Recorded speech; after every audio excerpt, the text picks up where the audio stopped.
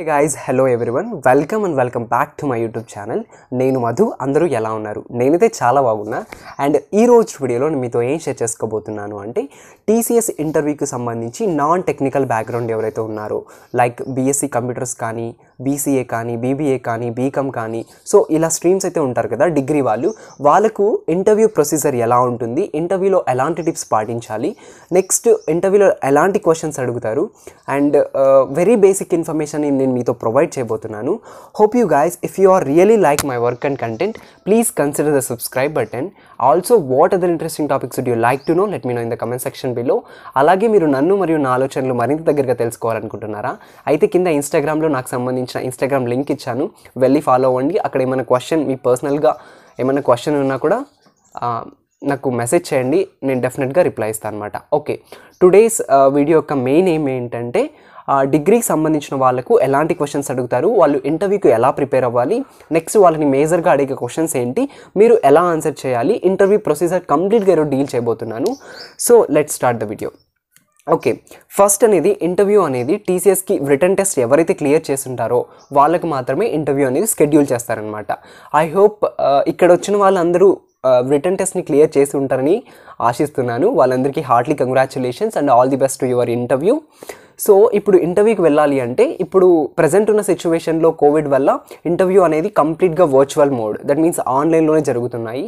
So మీరు ఎక్కడికి వెళ్ళాల్సిన పని లేదు, రిమోట్ అంటే దట్ మీన్స్ ఇంట్లో అయినా ఇవ్వచ్చు లేదా కాలేజ్లో ఇవ్వచ్చు, యూజింగ్ ఎనీ డెస్క్టాప్ లేదా కొన్ని మీట్స్ అయితే లైక్ టీమ్స్ కానీ లేకపోతే గూగుల్ మీట్ కానీ లేకపోతే జూమ్స్ కానీ ఇలాంటి ప్లాట్ఫామ్స్లో ఇంటర్వ్యూ షెడ్యూల్ అనేది జరుగుతుందన్నమాట. ఎస్పెషలీ మన ఇండియాలో అయితే 3 ప్లాట్ఫామ్స్ బాగా యూస్ చేస్తారు, అది గూగుల్ మీట్ కానీ లేదా జూమ్ కానీ లేదా మైక్రోసాఫ్ట్ టీమ్స్ అయిన ఈ ప్లాట్ఫామ్స్లోనే మ్యాక్సిమం జరుగుతుంది. నాకు తెలిసినంత వరకు నా ఇంటర్వ్యూ జరిగింది వచ్చేసి TCS ఇంటర్వ్యూ జరిగింది వచ్చేసి మైక్రోసాఫ్ట్ టీమ్స్ అనమాట. సో మైక్రోసాఫ్ట్ టీమ్స్ ఎందుకంటే ఇది కొంచెం ఎక్కువ ప్రొటెక్షన్ ఉంటుంది and it's should be very like మంచి ఎఫెక్టివ్ ఉంటుందన్నమాట. సో అందుకే దీన్ని యూస్ చేస్తారు TCS వాళ్ళు బేసిక్గా. నెక్స్ట్ వచ్చేసి ఇప్పుడు ఇంటర్వ్యూకి సంబంధించి ఎలా వెళ్ళాలి, ఏమేమి డాక్యుమెంట్స్ మీతో క్యారీ చేయాలి, ఎలా ఆన్సర్ చేయాలనేది చూద్దాం. ఫస్ట్ వచ్చేసి ఇంటర్వ్యూకి వెళ్తున్నప్పుడు మీరు గుర్తుంచుకోవాల్సిన విషయాలు ఏంటి అంటే గుడ్ డ్రెస్ సెన్స్ అయితే ఉండాలి. లైక్ బాయ్స్ అయితే ఫార్మల్ షర్ట్, గర్ల్స్ ఫార్మల్ షర్ట్ని వియర్ చేయండి. గర్ల్స్ అయితే లైక్ మీకు నచ్చిన ఒక మంచి డ్రెస్ని అయితే వేసుకొని వెళ్ళండి. And next good dress sense అయితే ఉండాలి అండ్ పర్సనాలిటీ వైజ్ కూడా లుక్ మంచిగా కనపడాలి. అండ్ హెయిర్ స్టైల్ కానీ గడ్డం కానీ సో అవన్నీ మంచిగా పెట్టుకొని వెళ్ళండి బాయ్స్ ఎస్పెషల్లీ. సో ఇంటర్వ్యూవర్కి మనం మంచి కాన్ఫిడెన్స్ని ఇవ్వాలన్నమాట. Like first impression is the best impression అంటారు కదా. సో మనం ఫస్ట్ ఇంప్రెషన్ని కొట్టేసామనుకో మనకి జాబ్ అయితే కన్ఫర్మ్ అయిపోతుంది. సో మనం ఫస్ట్ ఇంప్రెషన్ని మంచిగా తెచ్చుకోవాలి అంటే మన వే ఆఫ్ కమ్యూనికేషన్ చాలా కాన్ఫిడెంట్గా ఉండాలన్నమాట. మనం మాట్లాడే విధానం వాళ్ళకి నచ్చాలన్నమాట. అప్పుడే వాళ్ళు మనకు జాబ్ ఇవ్వడానికి ముందుకు వస్తారనమాట. సో దానికోసం మీరు ఏం చేయాలి అంటే మీ సెల్ఫ్ ఇంట్రొడక్షన్ని చాలా బాగా నేర్చుకోవాలన్నమాట. సో మీ సెల్ఫ్ ఇంట్రొడక్షన్ ఏదైతే ఉందో వాటికి సంబంధించి స్టెప్ బై స్టెప్ ఒక 4-5 సార్లు లేదా ఒక 10-12 సార్లు మీకు మీరే అద్దం ముందు వెళ్ళి ప్రాక్టీస్ చేయండి. Not an issue. మన జాబ్ కోసం మనం ఇంత కష్టపడకపోతే ఇంకేముంటుంది. సో ఒక 4-5 సార్లు కానీ లేదా ఒక 6-5 మీకు ఎంతసార్లు అంటిల్ మీరు ఒక స్టేజ్కి రీచ్ అయ్యే వరకు దాన్ని ప్రాక్టీస్ చేయండి. అండ్ ఇక్కడ ఎస్పెషల్లీ నాన్ బ్యాక్గ్రౌండ్ ఎవరైతే ఉన్నారో వాళ్ళు మీరు ఒకవేళ ప్రాజెక్ట్ మీ కాలేజ్లో చేసింటే ఆ ప్రాజెక్ట్ గురించి మాట్లాడండి. లేదు అంటే మీరు ఒక ప్రాజెక్ట్ని మీరే సెల్ఫ్గా చేసామా అనుకొని ఆ ప్రాజెక్ట్ గురించి ఎక్స్ప్లెయిన్ చేయడానికి ప్రయత్నించండి. లైక్ ఆన్లైన్లో వెతకడం కానీ లేకపోతే సమ్ అదర్ ప్లాట్ఫామ్స్లో ప్రాజెక్ట్కి సంబంధించి కంప్లీట్ ఇన్ఫర్మేషన్ తీసుకోవడం కానీ ఇలా చేయండి అనమాట. ఓకే, బేసిక్గా ఏమేమి అడుగుతారు అంటే సెల్ఫ్ ఇంట్రో అడుగుతారు, ప్రాజెక్ట్ గురించి అడుగుతారు, నెక్స్ట్ నీ technical skills like BSc computer science వాళ్ళు ఎవరైతే ఉన్నారో వాళ్ళకి టెక్నికల్ స్కిల్స్ అడిగే ఛాన్సెస్ ఉన్నాయి.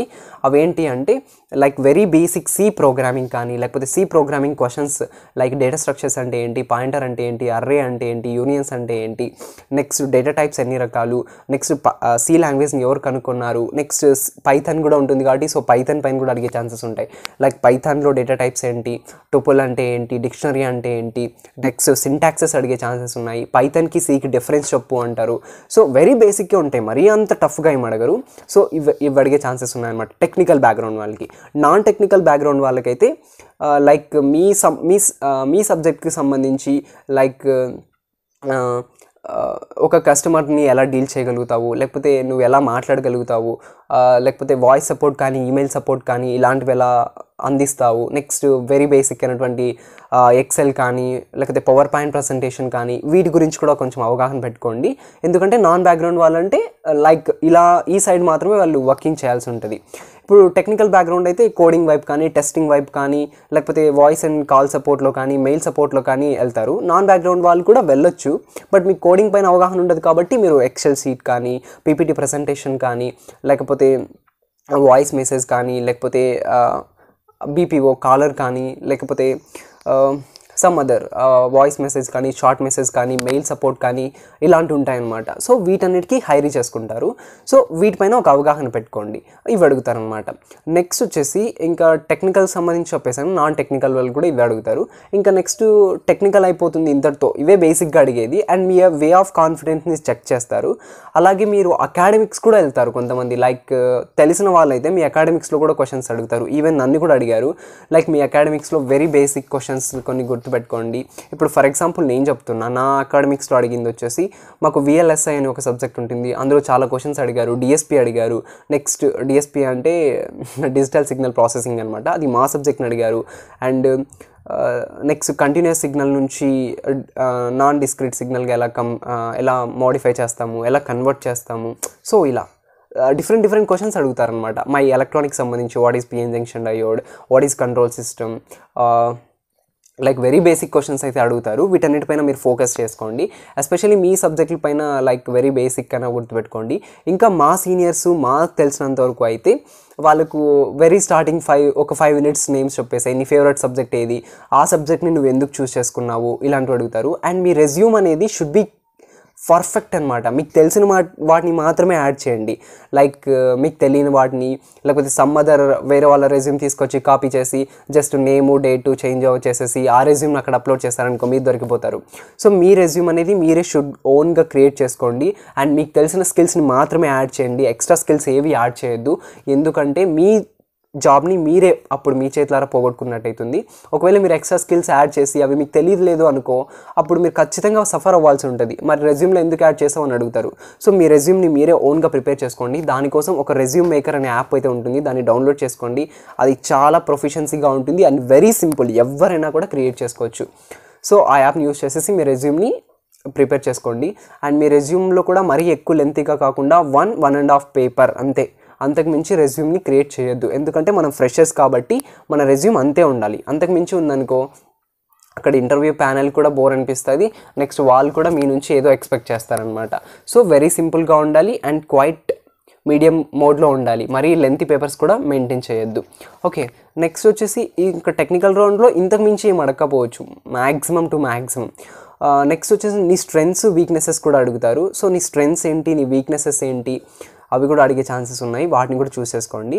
ఇప్పుడు వచ్చేసి ఇంకా నెక్స్ట్ ఎలాంటి క్వశ్చన్స్ అడుగుతారు అంటే, ఒకవేళ నువ్వు నాన్ బ్యాక్గ్రౌండ్ అయితే నువ్వు IT సెక్టార్లోకి వస్తుంటే ఎందుకు IT సెక్టార్ని చూస్ చేసుకుంటున్నావు, వాట్ ఈస్ ద రీజన్, అలాంటివి అడుగుతారు. Next why should we hire you, నేను మిమ్మల్ని ఎందుకు హైర్ చేసుకోవాలి, నీలో ఉన్న స్పెషల్ క్వాలిటీస్ ఏంటి అని అడుగుతారు.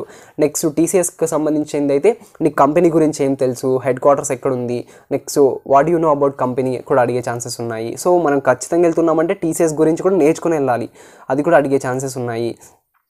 నెక్స్ట్ వచ్చేసి ఇంకా కంపెనీ గురించి అయిపోగానే ఇంకా వెరీ బేసిక్ క్వశ్చన్స్ లైక్ మీ పర్సనల్ డేటా మీ రెజ్యూమ్లో చూసి అడుగుతారు.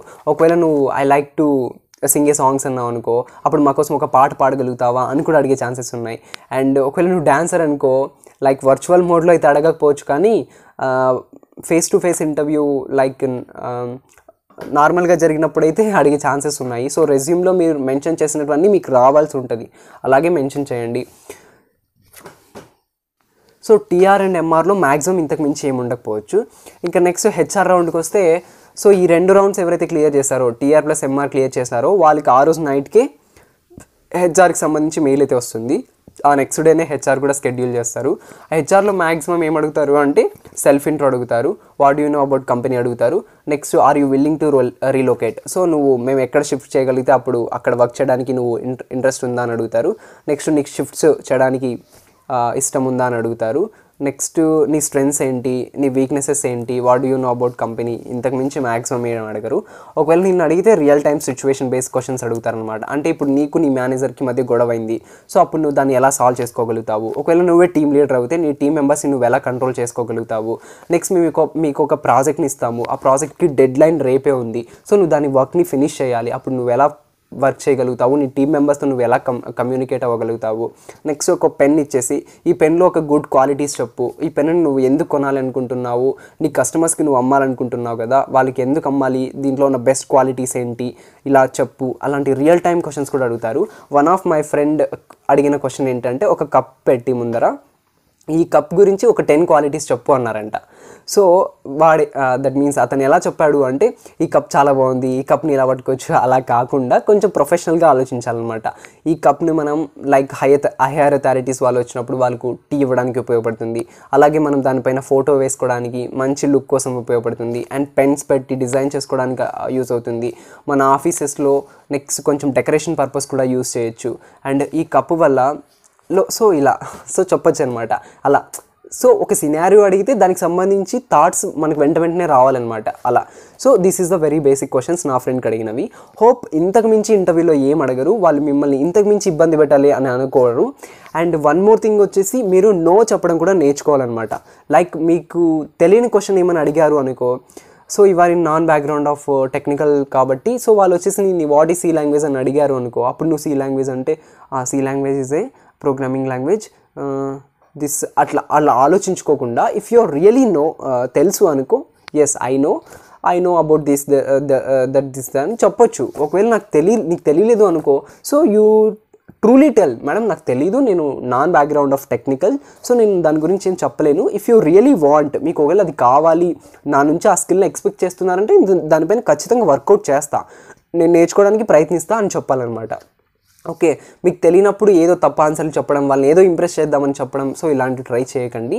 అండ్ వన్ మోర్ థింగ్ నేను మర్చిపోయాను, ఒకవేళ లైక్ కంప్యూటర్ సైన్స్ డిపార్ట్మెంట్ వాళ్ళకైతే కోడ్స్ కూడా రాయమనే ఛాన్సెస్ ఉన్నాయి, సో వాటిని కూడా నేర్చుకోండి. Very basic codes like adding of numbers, prime number, next even number, odd number, next palindrome, reverse of a number, fibonacci series, so ఇలాంటి వెరీ బేసిక్ క్వశ్చన్స్ అడిగే chances ఉన్నాయి. దానికి కూడా వెరీ లాజిక్ మాత్రమే అడుగుతారు, సో ఇలాంటివి కూడా నేర్చుకోండి. హోప్ ఇంతకు మించి ఇంటర్వ్యూ అయితే ఏముండదు. మీకు ఈ వీడియోలో ఎవరీ డౌట్ అయితే క్లియర్ అయిపోయిందని నేను అనుకుంటున్నాను. సో మీరు కనుక ఇంకా ఏమైనా క్వశ్చన్స్ ఉన్నాయి అని అనిపిస్తే, నేను ఆల్రెడీ టీసీఎస్కి సంబంధించి ఒక 4 వీడియోస్ అయితే చేశాను, అవన్నీ కూడా డిస్క్రిప్షన్లో లింక్స్ ఇస్తాను, వెళ్ళి ఫాలో అవ్వండి. అలాగే మీరు నన్ను మరియు నా ఆలోచనలు మరింత దగ్గరగా తెలుసుకోవాలి అనుకుంటున్నారా, అయితే డిస్క్రిప్షన్లో నా ఇన్స్టాగ్రామ్ లింక్ ఇచ్చాను, వెళ్ళి ఫాలో అవ్వండి. అలాగే ఇంకా ఎలాంటి క్వశ్చన్స్ ఉన్నా ఇన్స్టాగ్రామ్ లేదా కింద మెసేజ్ సెక్షన్లో నాకు మెసేజ్ చేయండి. Hope you guys, if you are really like my work and content, please consider the subscribe button, and also what are the interesting topics would you like to know, let me know in the comment section below. Thank you so much.